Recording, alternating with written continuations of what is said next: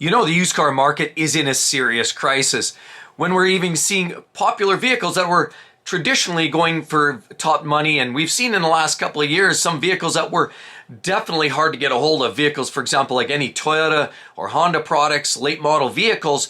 Definitely on the new car market, a lot of customers had to pay and, of course, wait, usually 4 to 6 months.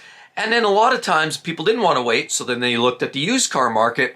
And of course, that drove prices up. So some of the popular, better quality vehicles tended to go very quickly. Even on the used car market, late model used vehicles were very popular. And now it's actually in a bit of a crisis because, you know, we're checking out some statistics here online and we're seeing what's actually happening is, well, you know, the used car market was doing very well. It's not anymore. It's in a serious crisis.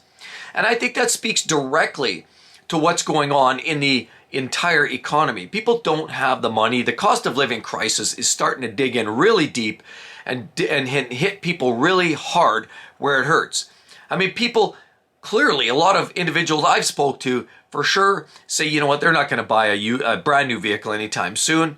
And so I've asked the question, well, why is that? They've said, well, largely because the increased prices just doesn't make any sense. So a lot of people have elected to say pretty much walk away from buying anything new. Only those either well-heeled or those that just haven't really been researching, or some of those that really need a vehicle, maybe for their business, it makes sense where you can write off the loss and the depreciation, it doesn't hurt so bad. But most people just generally are slowing down the purchasing of new vehicles. We've seen Stellantis sales in the toilet. And even though brands like Ford and, you know, their sales have been climbing and escalating only because a large part of that has to do with lower cost vehicles. You know, electrified market hasn't been doing well. They're highly incentivized, but even their Mavericks, their hybrid vehicles clearly have been the rock star for Ford. And GM, well, they've got lower cost electric vehicles. They look like they're going to outpace Tesla coming out very quickly, which takes us to the next conversation. Tesla hasn't been faring very well. We've seen a lot of price reductions in the Tesla market, you know, obviously in the new market, but then that transfers and pushes pressure down on the used car market, you know, opening the door for many opportunities for people looking for a used electric vehicle, but people aren't buying those either. And Tesla is one of the hardest hit. So we're going to pull out some statistics here because now what we're seeing is not just new vehicles aren't selling, used vehicles are struggling too. Struggling hard. Why? Why would they struggle? Well, still because the pressure, people are, you know, they're not buying the new. So because they're not buying new, there's less people looking for the late model used now, which was a phenomenon about a year ago. People were looking for those late model used vehicles that were clearly hard to come by, but there's more and more of them. And I've showed you recently what's going on.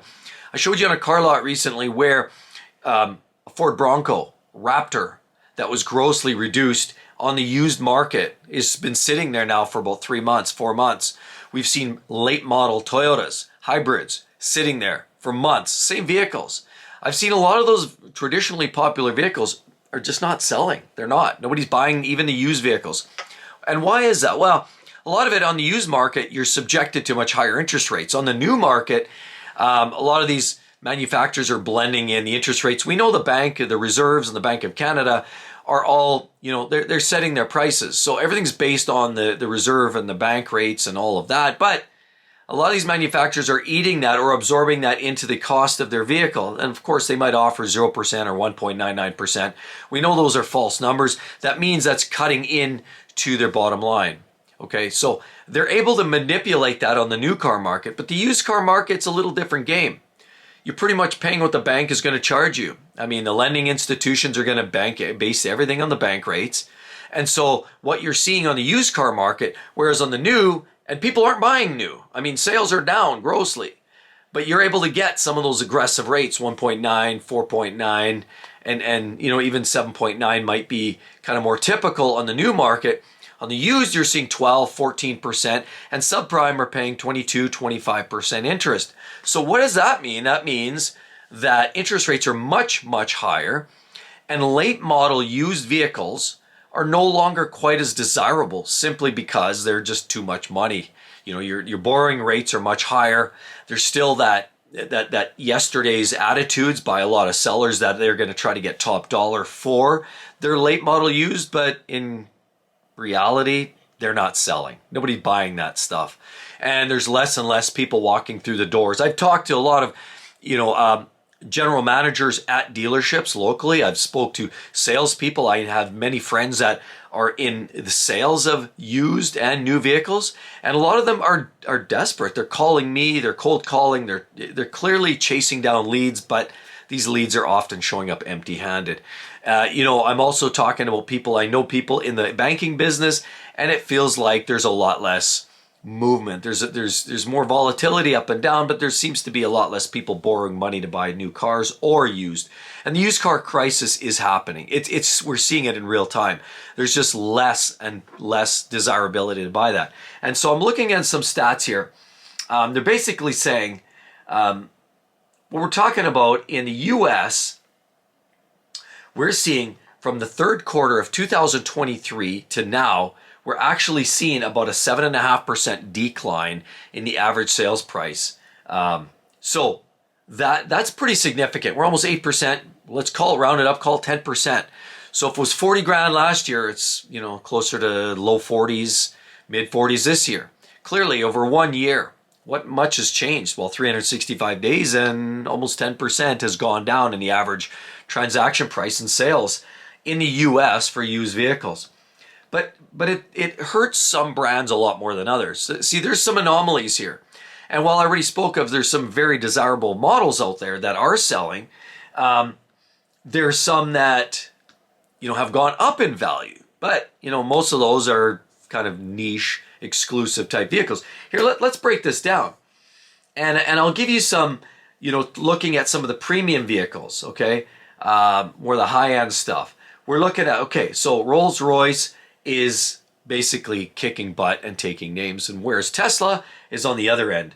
We're seeing, $2,200 from Q3 of 23 to Q3 of this year. We're seeing, $29,500 down to $27,300. Certain luxury brands like Rolls-Royce, Bentley, and Ferrari have actually seen some increases. Now we know Ferrari is a weird one. The SF90 has seen some big drops. That's our late model premium hybrid supercar. And the 296 has gone down. These are all late model cars, but that's not a phenomenon that's unknown. Most Ferraris, mid-engine Ferraris, seem to be going up in value, especially some of the, the 458s and F8s have been going up, or the 488s, not as much. Ferrari's sort of a mixed bag, as the Bentleys, as are Rolls-Royce, because they're very niche, and those that want and have the means, they buy them. But for the most part, overall car market is down about 7.5%, which as I've already mentioned. And we're talking Maserati is one of the hardest hit, 16.1% down in the last year. Polestar, I'm surprised they're in business. They're actually down about 19.3%. And Tesla, absolutely getting demolished in the last year. They've seen a decline, an average decline. They're absolutely in rough shape. So, we're seeing Tesla down 25.8%, and that's the average market value, or the decline. The decline in value from 1 year to the next. So in 1 year, we've seen Tesla drop by 25.8%. So as a good example, a used Tesla sold for an average of $42,300 in the third quarter of 2023, based on our good friends at Autoblog have pulled these numbers together, and I just want to share that.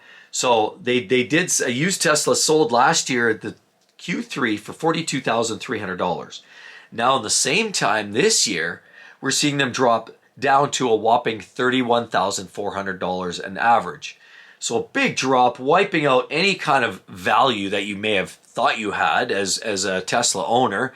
But that does represent a good buying opportunity for those that maybe are looking at buying one on the used car market. And that goes for a lot of electric vehicles in general. We know, I'm not here to pitch electrical or any particular brand. I will say, if you've been shopping, losing 25% of a value absolutely is brutal for the sellers, but amazing for buyers on the used market. Why would you ever buy a brand new Tesla when you're seeing these types of value decline? So I mean, why is this happening? Well, there's been an overall sentiment. We're seeing it in the North American market specifically. We're actually seeing a little bit in Europe, to be honest. And Volkswagen, we spoke of yesterday, having some major struggles with the selling their EV lineups. And Volkswagen's in serious distress selling a lot of their products, highly incentivizing them. And their ICEs are also paying for the manufacturing, the research development of their EVs. But Europe's not having it. Europe and the early adopters are done. And so Volkswagen sales are drastically down. And a lot of that's because of competition in China. The Chinese market's coming in strong with more cost-effective vehicles. And the whole electric vehicle market is in shambles right now. And we're feeling it. We're seeing it in Tesla, we're seeing it in the US, and we're seeing it in Europe. And as a result, it's just, the early adopters got in and now everybody else is just kind of, it's tepid, it's lukewarm for desirability. But if we want to talk about specific brands, let's break this down, because there are some hot ones and there's some big wins, there's some winners and some losers. So if you're an owner and you're looking at selling, these might be to your benefit to know how much you can possibly get for your vehicle if you're going to get top dollar or if you can command top dollar. But if you're shopping, these are also some vehicles you might want to steer away from because you're going to probably pay top dollar. So year over year change, we'll just talk about comparison's sake. So Rolls-Royce, we saw a 2.38% increase. Bentley, a 1.08%. Ferrari, 0.55%. So obviously some of those real niche brands, as I already mentioned, are going up. Porsche, 0.12% increase, but we also know that they've suffered. They can't sell a lot of their Taycans and their electric vehicles are struggling for sales. So they're a mixed bag, but the Porsche 911 have been popular, as are the outgoing Macans. They're outgoing, their Cayennes that were more ICE. Those vehicles are doing very well for Porsche and they're holding their own that way. Aston Martin is down 2.32%. Toyota is actually down 3.09%, which doesn't surprise because with a lot of the challenges they've had with their 3.4 turbo engines and their 2.4s. And they've been charging people, at the dealer level, not so much MSRP at the OEMs, but the dealer level. I've personally experienced the dealers are gouging in some cases where they're throwing all kinds of paint protection film, all kinds of extras that are grossly inflated. And that's where they're adding in their extra margins. But this is starting to level out, and I've been getting cold calls from some Toyota dealers indicating to me that they're quite desperate. But they're going down by 3.09% in this last 365. Mazda down 3.71%, interestingly enough. BMW is also down 3.83%. McLaren, 4.05%, as Acura is 4.13%. And Acura, not a big surprise. Honda dealers, we know they've been struggling a little bit, and Acura has been on the decline for some time. A nice product, but certainly not selling all that well. Now, what if you talk about, let's break this down. I mean, it seems like there's certain countries that seem to have more influential models. Let's look at England, okay? Some of the least hardest hit. People are looking for some of those British vehicles, English, Aston Martin, Jaguar, some of those or perceived as English, of course, even Mini, which is BMW. But in England, they've only seen a decline of 1.7% on average. Germany, 4.4%. Italy, 4.6%. Japan, 5.6%. And again, a lot of that's because of gross inflation, and now they're starting to stabilize. South Korea, 7.3%. And a lot of that, we're talking Hyundai, Kia products, for example. And the overall market average, again, 7.5%. So those are all brands that have suffered less depreciate or less of a loss year over year from last year to this year. But other ones that have done a lot worse are American brands. They're at 11.1% versus the industry average of 7.5%. So it's pretty clear American-made vehicles are taking a much bigger hit this year. And we're seeing it. The domestic products haven't been all that well made. We're feeling a lot of quality challenges, Fords, and the recall king that is Ford. But also Swedish vehicles, Polestar and Volvo and brands like that are down 14.2%. So they're not faring all that well. And, I guess what I'll say is, as a whole, if that it's any indication, there will be some opportunities to get deals. Now, I know a lot of you are going to say, well, I just went down to the dealer and they're not negotiating. And you're right. There's still a lot of those pockets of dealers that think that they're living in yesteryear. I mean, I've seen people, lots of comments going down to Stellantis dealers, Dodge, Ram, Jeeps, and shopping for those vehicles, and dealers being pretty arrogant about it yet. But I encourage you just to go have a look. Car Gurus, perfect site. Filter down new vehicles. You'll find lots of inventory. 2022 model years. There's a lot of 2022 model year vehicles that are brand new. Brand new 2023. Tons of 23 model years out there are still available. Brand new.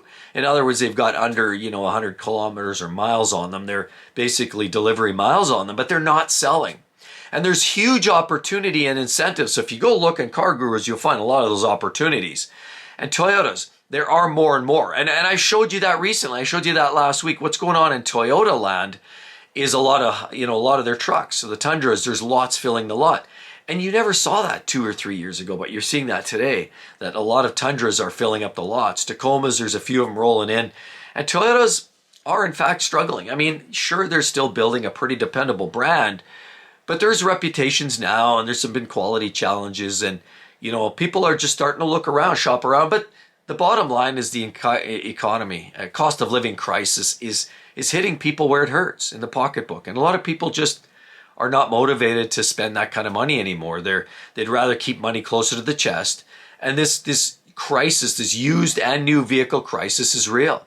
And so we know that on the new car market. That's why we've seen incentives up around 8%, infringing on 8% on the MSRP, or the price of any brand new vehicle now. Almost 8% of it now is incentivized. So a pretty significant portion of that vehicle has incentives cut into it. So it's on the new car sector, manufacturers have more flexibility. On the used, they have to now get more aggressive on trade-in values. So selling your vehicle is going to be interesting, but buying it in the used car market offers you more opportunity to get some good deals. But I would suggest, if you're going to buy a used vehicle, you've got to go in there with more cash in hand. Maybe have less borrowing from the bank and more money in with cash, because right now the finance rates are still quite high. Borrowing rates are still quite high, even though recently we've seen a couple of, I think it was at 50 basis points in Canada here a couple of weeks ago. US did drop 50 basis points about 3 weeks ago. So we're seeing some of those drops, and those are all indications of what represents a closer to very unstable market conditions.